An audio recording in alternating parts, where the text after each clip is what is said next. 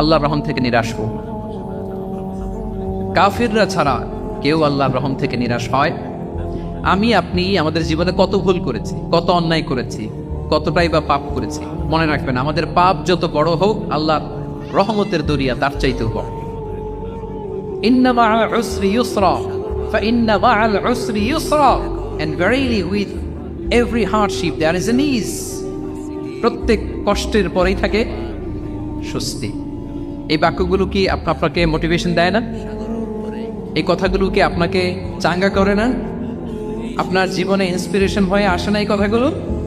ওয়ালা তাহিনু ওয়ালা তাহসানু ওয়া আনতুমুল আ'লাউনা ইন কুনতুম মুমিনিন। চিন্তা করো না, হতাশ হয়ো না, তোমাদেরই বিজয় হবে যদি তোমরা মুমিন হও। আল্লাহু আকবার। তাহলে আপস এন্ড ডাউনস থাকবে, এবং মুমিন জীবনে তো হতাশা থাকবেই না। কারণ আমার জীবনে যদি কোনো কষ্টের ঘটনা